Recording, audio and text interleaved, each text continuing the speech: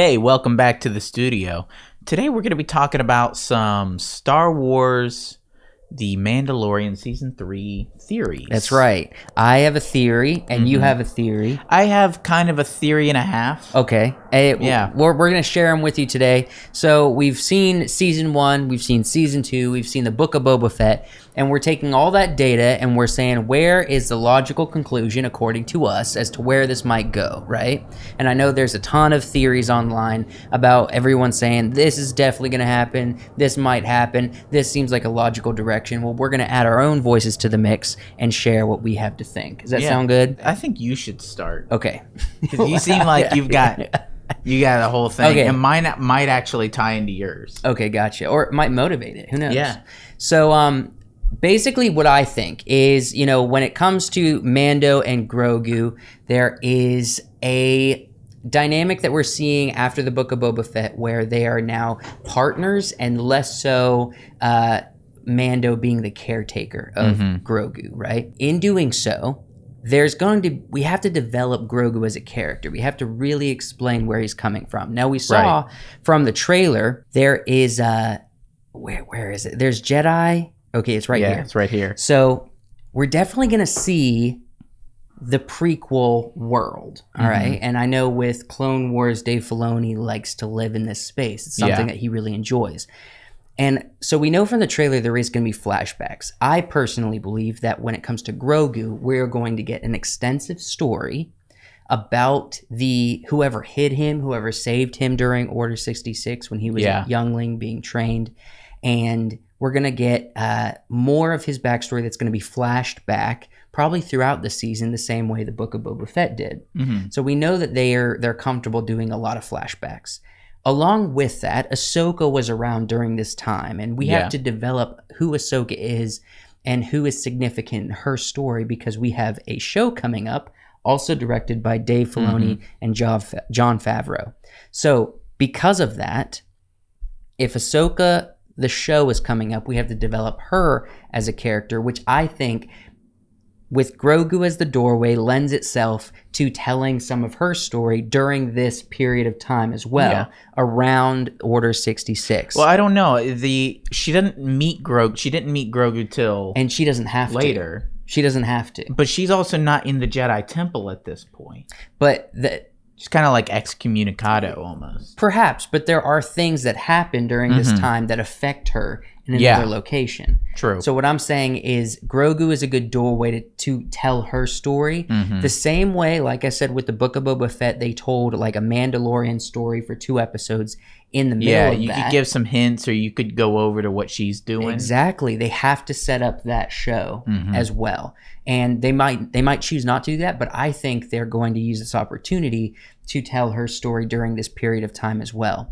Yeah. Now, on top of that, while we're seeing the story of Grogu unravel before us, I think when it comes to Mando, he has his own motivations. And I think it is simply, he is trying to bring the Mandalorians who are around, who are scattered abroad, and bring them back into their own united power. The Mandalorians need to be one people again, and they need to come together on Mandalore. They need to have a leader, and we've seen that maybe the Darksaber is the unifier, right? And that might be the case.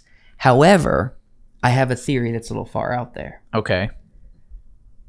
I believe when it comes to the more occultic crowd of Mandalorians that Mando came up in, right? Yeah, the Zealots. I think that they do not hold as much weight with the meaning of the Darksaber. Now, Bo-Katan, she does, because she was around during the history before the Empire came into power, right? Right. So she was around to basically use, I believe, the Darksaber, right? Yeah. And so she holds a lot of value in the one who wields it. However, the Zealots do not as much. So what I think is there is one unifying factor to Mandalorian as a whole, the Mandalorian people. And I believe it is the Mask of Mandalore. Now, it is believed, it's a fact that is missing. It is assumed that it was destroyed. Okay. But the Mask of Mandalore was the very first Mandalorian mask created by Mandalore himself, right? And it's a unique mask, and it's almost like a sacred crown. It is the unifying sacred artifact that I believe has so much history and so much emotional and spiritual weight for the Mandalorians that it could be a unifier. In the trailer, at the very beginning, Mandalorian, I believe, is talking to Grogu and is saying, being a Mandalorian is not just learning about how to fight.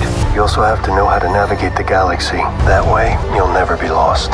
Now, that could motivate a lot of things. It's pretty vague. However, I think that insinuates there's going to be a lot of travel, a lot of moving they're around gonna be the jumping galaxy. around the galaxy for Non-stop, definitely. Yeah. So, in my opinion, I think Mando is on a quest, maybe tasked by Bo-Katan, to search out the Mask of Mandalore. And that is going to be the unifying factor because it is in the interest for Mando himself. Yeah. Right? So I think there's going to be these two narratives. Union of the Mandalorians and Grogu's backstory setting up Ahsoka Tano, right? For her own show. What do you think? I think it's a good theory. Yeah. I think it's solid. I'm inclined to believe that he'll go to Mandalore earlier than expected. Yeah, probably the first episode and get that done and out of the way.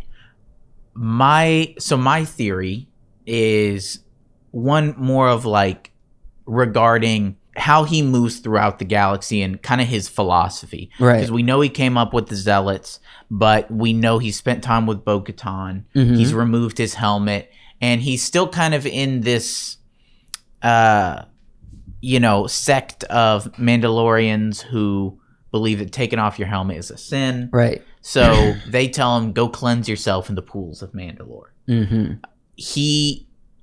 He has to do that. It's not something that's like, oh, well, I don't have to. No, it's as part of his religion. He has to go do it as part of what he believes. I think what he believes is going to shift in this season. Okay. As he learns that there is more to the way, to the code of the Mandalorians than what he's known. More than the Zealots, more than, Bo-Katan and her people. I think he's going to learn that when he goes to Mandalore. So a form of enlightenment about the ancient beliefs and it may happen throughout the show. Right. Tying into Grogu's backstory as well. That there's more to the Force. There's more to the way. And he's going to start to find that as he goes through the season. And I do think it's ultimately going to culminate into a obviously a way to unite the Mandalorians, right, with a new kind of creed. Okay. And whether he uses the darksaber or perhaps the Mask of Mandalore, I think there's going to be some sort of something he finds on Mandalore, whether it be wisdom or an artifact, because I think the darksaber is, like you said, I think it's too much of a point of conflict. Yeah, for the different disagreement. Sects. Yeah, because all you have to do is fight and take it. And right. I think he's going to learn that there's more to fighting. There's more to being armor? a Mandalorian, to the more than the armor, more than the weapons. Maybe part of being a Mandalorian is taking care of others. Right. Maybe part of it is learning to adapt. Okay. Right, and I think that's going to be a big part. My other theory, kind of the half theory, is that at least some point in the episode or in the season, we're going to have an episode that completely deviates from the story and has nothing to do with it whatsoever, because that seems to be a trend nowadays. You're going to get a whole episode of nothing dedicated to the frizzy-haired lady on Tatooine. An entire episode for just her and how she came to be on Tatooine, right, and built all the robots. We need to get all their backstories. Yeah, I don't know. That's a kind of a joke theory. I do think it's actually going to happen though. You think there's going to be a whole episode that has nothing to do with this season? It's possible. It's like how Hollywood is writing things now. Yeah, they're just like, okay, we need a breather. Like a lunch break episode. You know what I mean? where we just create whatever the crap we want, whether it's relevant or not. Mm-hmm. Yeah. Okay, one thing that's interesting. So from the trailer, we know there is going to be flashbacks. We are going to get more of Grogu and what happened to him. We agree that there is a motivation for Mando, which is unify the Mandalorians. Our people are scattered like stars in the galaxy. What are we? What do we stand for? All right. Right. And there's going to be multiple fronts that could happen at. Mm-hmm. I personally think it's going to revolve around a MacGuffin, if you will. I think it's going to be the mask, or they're just going to somehow make the sword, the Darksaber, work. All right. Right. That seems like a stretch at this point with how much damage to the reputation the past 2 seasons have done to the Darksaber. But I think it's going to need to be a MacGuffin. I think it follows the trajectory of the questy kind of scenarios that we've seen in Mando in the past 2 seasons and the little bit of Book of Boba Fett. Do you think there's any history with Grogu coming back to Jedi life of any kind? With his story? With his story. I think that's definitely going to be part of it. I would hope it's more than just one flashback. I would hope we get a little bit, maybe half an episode dedicated to what happened with him. But do you think, like, with his relationship with Luke, are we diving into that more? Oh, or you think I don't that's know. over? Maybe I almost wonder if, and this would be really off book. This would be wild if they took a Force sensitive character, like Grogu, who is essentially almost an incarnation of the Force, right, is what his species is, and made him something other than a Jedi or a Sith, or whatever Ahsoka is, a gray Jedi. Right? Because it seems like in Star Wars, that's the only path. You have the Force, you go dark, you go light. Ahsoka went sort of between sticks. Between it, but it's still somewhat a Jedi. Right. Him becoming something else. Like I guess kind of like the Mandalorian equivalent of a Jedi. Which, I mean... something new. Yeah. With the Force. Wouldn't that... I think that would be interesting. It would be interesting. Now, there are wild theories about, Grogu is going to become a Mandalorian himself, and he's going to wield the Darksaber and all that. Now, that's a bit wild. That's a bit far out. Because he's, like 40 years old or something ridiculous like that, or 80 or 50, something like that. He's a baby. Yeah. We're not going to see him grow up. Yeah. No, that's impossible. That's not going to happen, most definitely. But something that could happen is, I don't know. There's something inside of me that thinks that Grogu as a character, his time is kind of running up with the trajectory he's on. Yeah. He can't necessarily be a Mandalorian sidekick unless he's going to find a middle ground or something new that's not a Mandalorian, that's not a Jedi, that's not, a gray Jedi. But he's going to have to find something in the middle, and I'm not sure what that is. But if they don't do something like that with Grogu, I feel like he is cute, but he's running out of steam. Right, as far as development. He has to become useful almost. Yeah, definitely.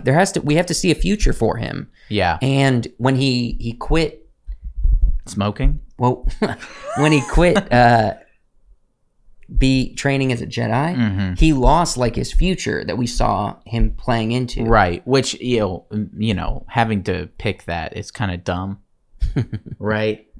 I don't know. I thought that whole scene was a little bit weird. Like, that's kind of weird storytelling, to give him a choice of what, he's going to do and be and whatever. And then they, if you look at it from the two choices of what having the Force will lead to, you kind of gave Grogu a dead end. Yeah, that's what I'm saying. He's just going to be a little Mandalorian guy for centuries and centuries. Although, I don't know, maybe he could unite the Mandalorians.